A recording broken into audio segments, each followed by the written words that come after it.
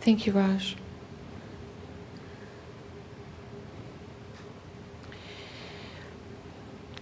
In order to formulate my question, I think it has to do with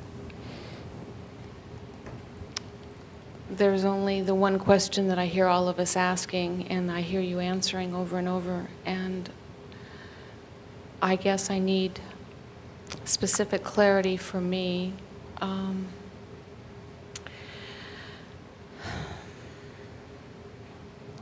Once having had that sense of listening and hearing guidance and fulfilling what feels like a function to myself by following my guidance and using the Course in Miracles to teach myself through my brother, with my brother. I have a sense of loss when I chose to not go down that path any longer as of a few years ago. And it's a sense of a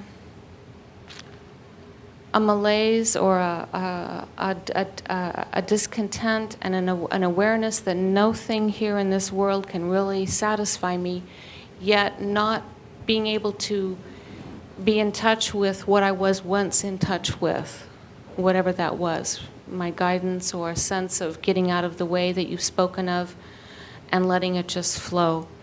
So I guess all that comes down to what barrier is there, I guess every thought I have about how to do this, I've tried to let go of and not look at how it should look, how anything should look or what I should do next. But I seem to have used the Course to beat myself up with, and I've lost a sense of joy and curiosity that you talk about, because I have had a recognition many, many times of how unreal this place is. And I guess... Have you had no experiences where the presence of God is so obvious to you right here? Of course I have, yes, I have. I have had that. And I guess I'm grieving the loss of that. I'm grieving the sense that I have had that and I don't experience it or walk it or feel it or teach it or be that like I feel like I should or I could or want to. What keeps you from making the gift of wanting to see the face of God in your brother's eyes, or the presence of God in your world?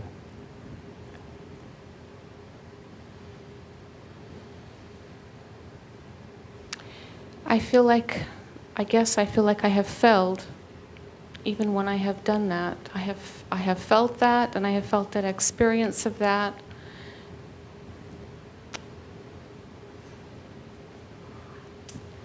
I guess I don't know how to answer that. I don't know what is stopping me. That's, I guess, what I'm asking for is there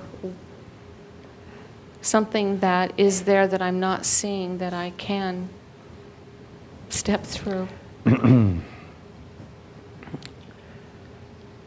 The simplest way I can put it is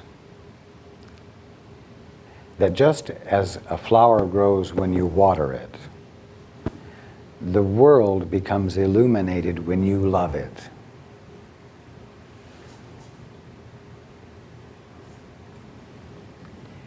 And when you don't water it, it dries up. Yes. And you say, well, I have evidence that none of this means anything, that all of this is an illusion. Look at this. And yet, in its dried out barrenness, it's perfectly capable of responding to the watering can and greening up. Because the world will reflect back to you what you're giving to it or what you're withholding from it.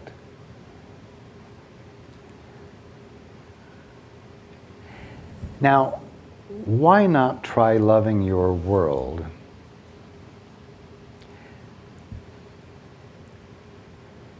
for something other than an ultimate reason? Why not just love your world because, as with your garden, it's prettier when it's been watered and everything turns green and begins to blossom? You see what I'm saying?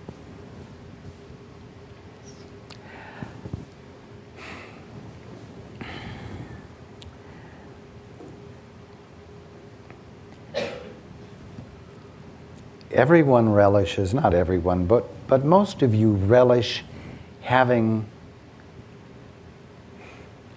complicated processes to waking up.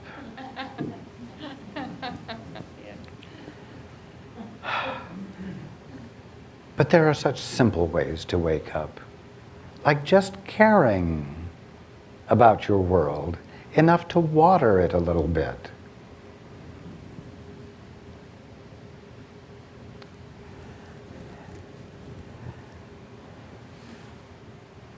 Without having a profound reason for doing it, other than, you know, it looks pretty to you that way. And so if you water your relationships and you water your associations and you sit down with your paintbrushes or the materials you use to do artwork, as someone was asking earlier, for no other reason than it makes you feel good to do that. This will start you in the right direction without a heavy sense of obligation associated with it. It's the beginning of an ultimate journey. And if you'll stay simple all the way, it won't be exhausting.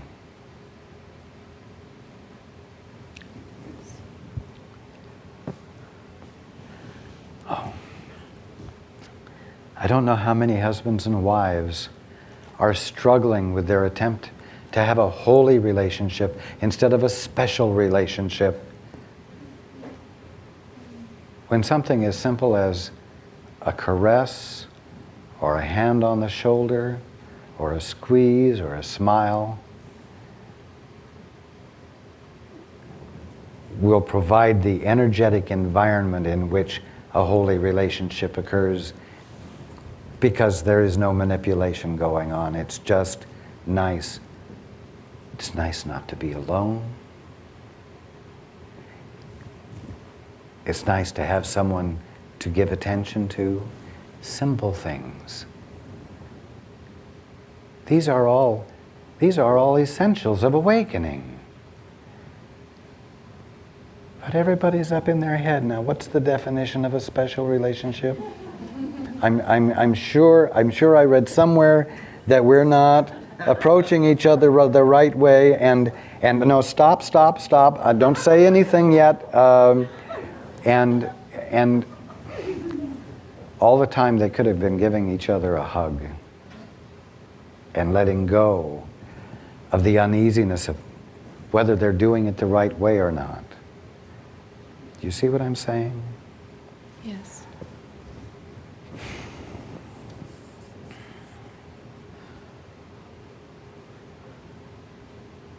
Lighten up, ease up, be willing to be simpler.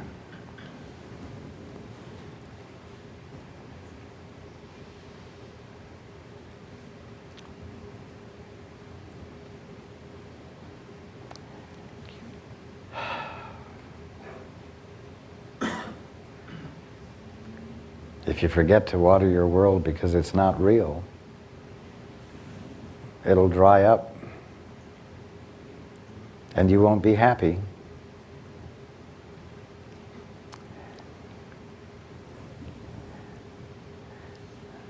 But it won't become ruined. The world will not become ruined by virtue of your neglect. It will simply wait for you to do something new with love.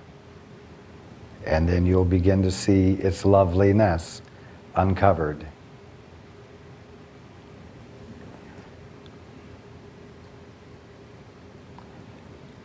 Love, love, love.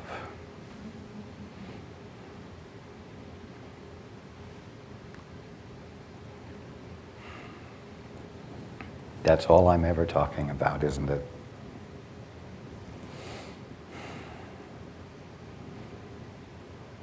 "1,001 ways to love yourself into the kingdom of heaven."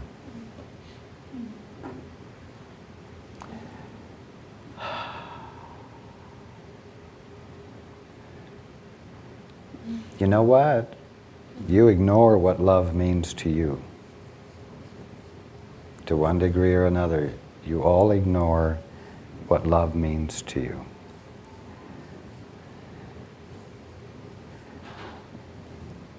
And so not only do you not touch someone else's shoulder or look them directly in the eye and be totally present with them while you're looking at them in the eye, and a host of other simple things that connect you with each other and feel like love. You tell yourself that you're really not bothered by not being touched by others either. I don't need that. I'm just fine without experiencing affection. I know he loves me. I know she loves me. I do real well without hugs. Except that if you were really to start saying out loud, "I really do quite well without receiving hugs," you would find yourself starting to cry. Because you don't do well without them. You don't do well without affection. And neither does anyone else. But if you say, "I do well without affection," then you always project yourself out on others and you say, "Well, he really does well without affection too." And everyone ignores what at the bottom line they know down inside.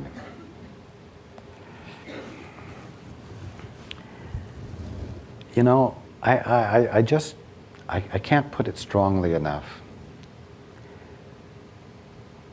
that the second coming, or the end of time, or the millennium, or whatever you want to call a major shift in the conscious experience of being that everyone in one way or another is looking forward to.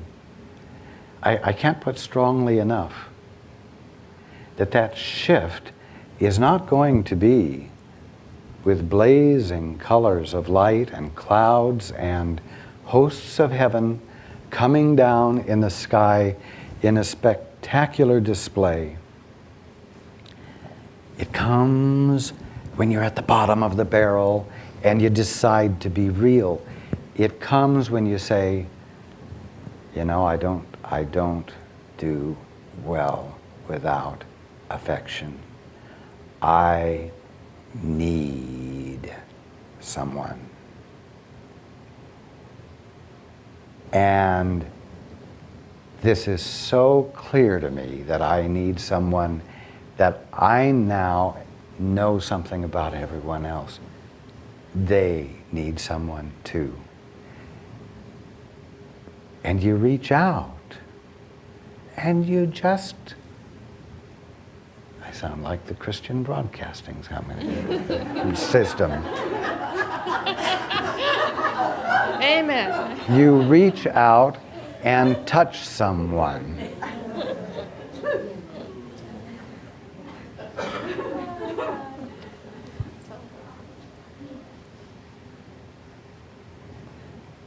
See, that's being real.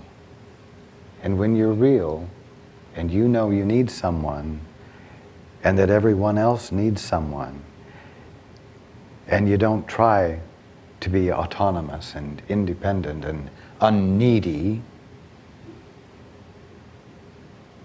something miraculous happens. That's the beginning.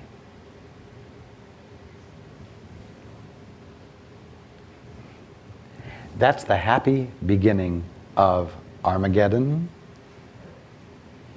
But I'm not talking about destruction of anything other than what's all the garbage that's been pushing you to the bottom. That's the destruction that you should welcome.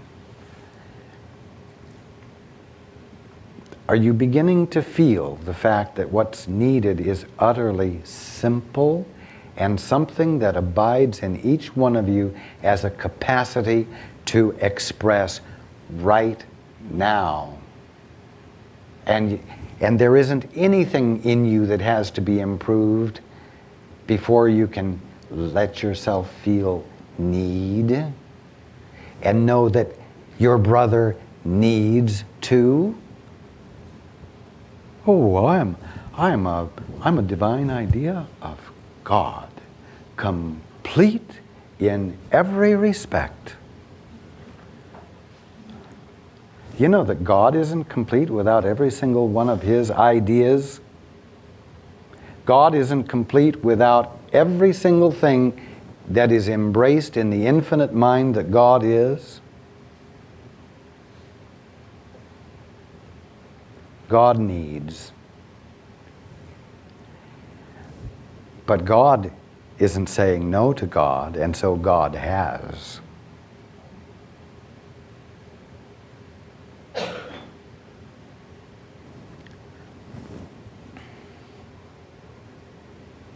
If everyone would come down off their high horse and all the bullshit and falderall and pay attention, you know, you hear about what's written in your heart. What's written in your heart is really common sense. I'm not happy alone. I need people. I need love. And as I've said before in the last couple of gatherings, the way to get love is to give love.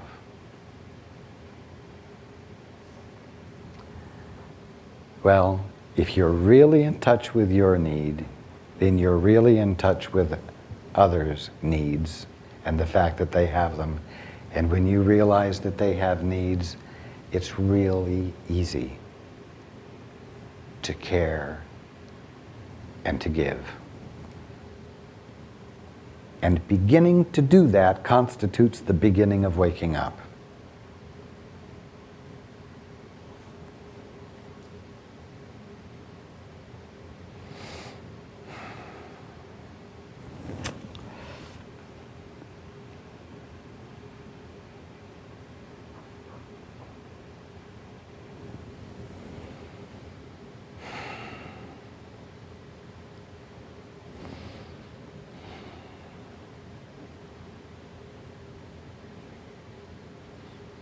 You're welcome.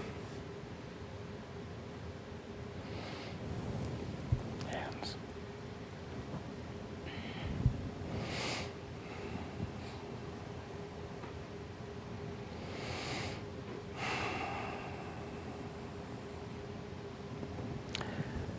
To the lady in the back, in the black.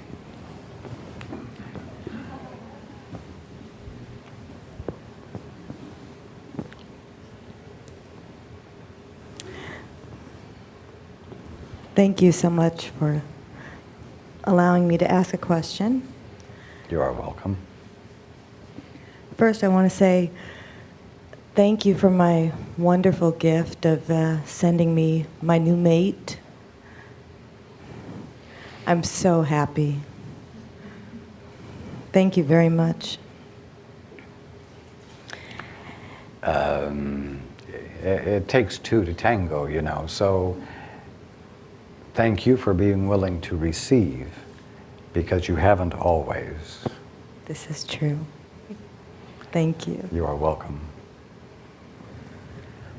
Well, this weekend has been unbelievable. I can't believe I'm even here. Practicing faithlessness, huh? I'm so Believe it. It's wonderful, and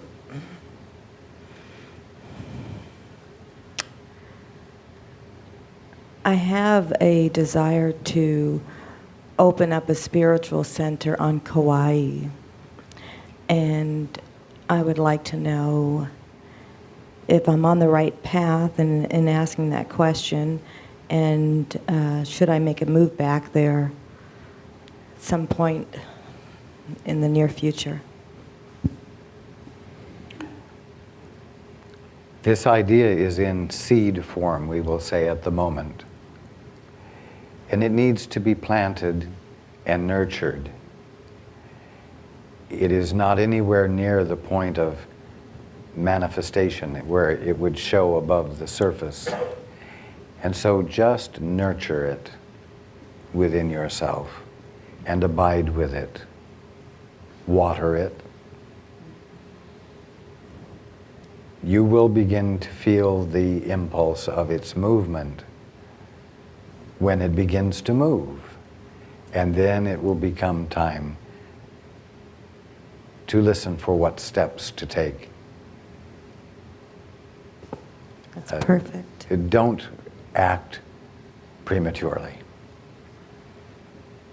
Yeah, I feel that too. That's perfect.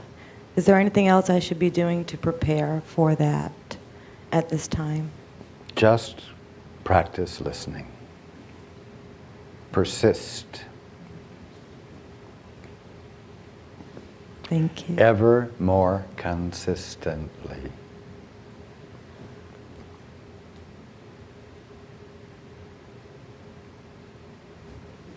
Thank you. You are welcome. Hands.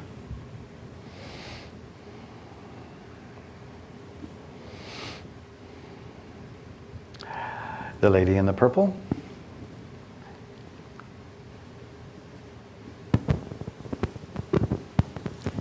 Thank you. Actually, I just wanted to hear my voice over the microphone.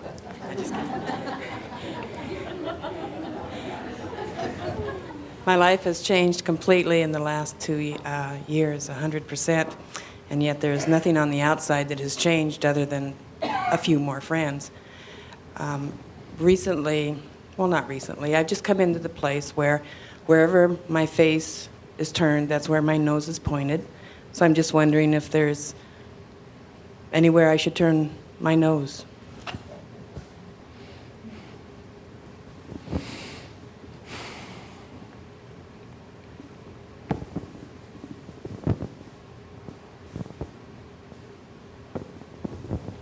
Your attention is right where it needs to be. Thank you. You're welcome. Hands. Yes, right here in the red coat. In the red coat. Thank you. You're welcome. There's been so much talk today about being real that I hope this question isn't going to seem too lofty, but I'm sure that you asked me to ask this question this morning. And that is the awakening that you talk about the final act that brings us into the realization of conscious oneness with the Father? Or is it just, well, I don't mean just, is it the dissolving of the three-dimensional material sense of reality as the next necessary step to that realization? It is actually both simultaneously.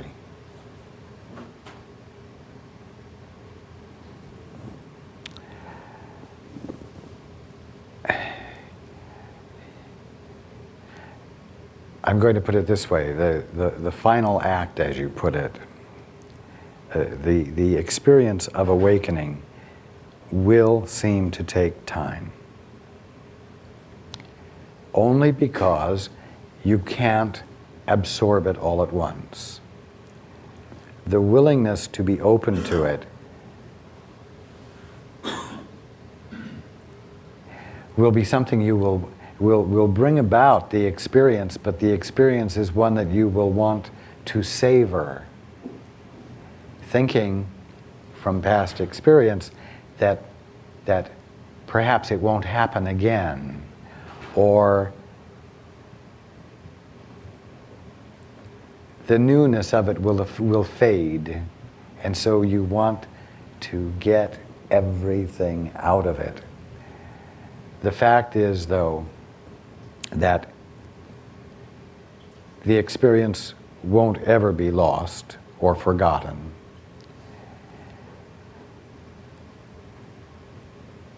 The other reason it will seem to take time is because your experience of who you are will be transformed. And if it is transformed too quickly, there will seem to be a discontinuity between who you were, who you believed you were and experienced yourself as, and who you really are.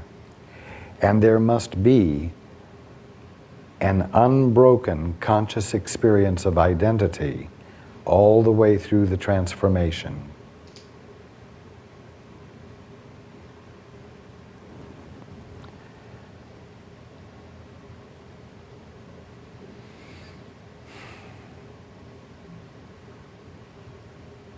Your capacity to love will always seem to start with one individual or one thing that you've been willing to give your attention to undefendedly. To suddenly, consciously experience that feeling of love with all of the brotherhood would seem very overwhelming. It would feel like too much love for you to endure, because you are still letting go of a tiny sense of yourself. And so the transformation will seem to take time. It will seem to have a duration to it. I do not mean it will take a long time, but just that it won't be instantaneous.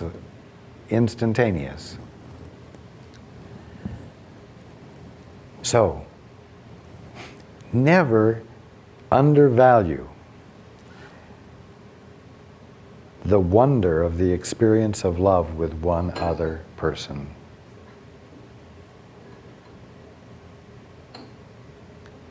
Because that's what helps you feel secure enough to be even more defenseless, less self-protected, and therefore able to experience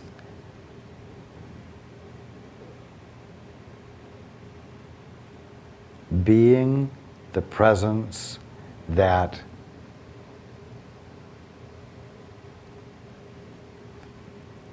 fulfills all experience of need in others.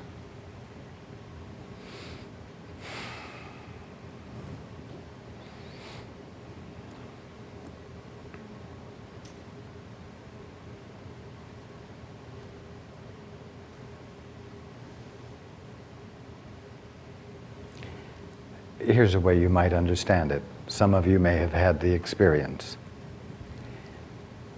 You know how to swim, and you enjoy swimming in your swimming pool, whether you're in the 4-foot end or the 8-foot end.